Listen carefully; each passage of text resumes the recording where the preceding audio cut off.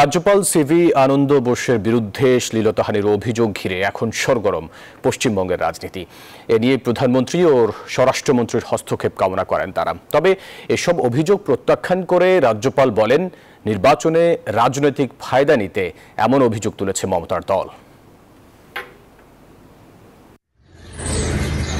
বৃহস্পতিবার প্রধানমন্ত্রী নরেন্দ্র মোদী পশ্চিমবঙ্গে আসার কিছুক্ষণ আগে প্রকাশ্যে আসে রাজ্যের রাজ্যপাল সিভি আনন্দ বোসের বিরুদ্ধে শ্লীলতাহানির অভিযোগটি। এই সময় কয়েকজন তৃণমূল কংগ্রেস নেতা দাবি করেন, রাজভবনে এক অস্থায়ী নারী কর্মী রাজ্যপাল সিভি আনন্দ বোসের বিরুদ্ধে যৌন হয়রানির অভিযোগ তুলেছেন।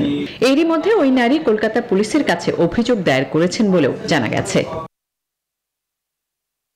ওই অভিযোগ নিয়ে প্রধানমন্ত্রী মোদী ও স্বরাষ্ট্রমন্ত্রী অমিত শাহর দৃষ্টি আকর্ষণ করেন তৃণমূল নেতারা।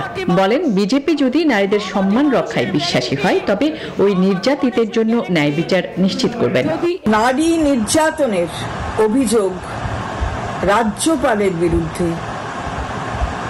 এ কি ধরনের ঘটনা ঘটছে যে রাজ্যপাল নাকি বলেন তিনি পিস রুম করছেন, সকলের অভিযোগ শুনবেন, সেই অভিযোগের নিষ্পত্তিও করবেন। আমরা তো আগেও বলেছি, আবার বলছি, সেই পিস রুম কি আসলে নারী সম্মানের পিস হ্যাভেন হয়ে গেছে? এই রকম রাজ্যপালের বিরুদ্ধে যা অভিযোগ করেছে এক ভদ্রমহিলা। ওয়ালটন ফ্রিজ কিনে অনেকের মতো আপনিও হয়ে যেতে পারেন মিলেনিয়াল। সেরা পণ্যের সেরা অফার। আমি তো মনে করি রাজ্যপালের অবিলম্বে পদত্যাগ করা উচিত। তবে তৃণমূলের এসব অভিযোগ ভিত্তিহীন বলে নাকচ করেন রাজ্যপাল সিভি আনন্দ বোস। দাবি করেন, বিজেপির বিরুদ্ধে রাজনৈতিক ফায়দা লুটতেই এমন কৌশল নিয়েছে মমতার দল।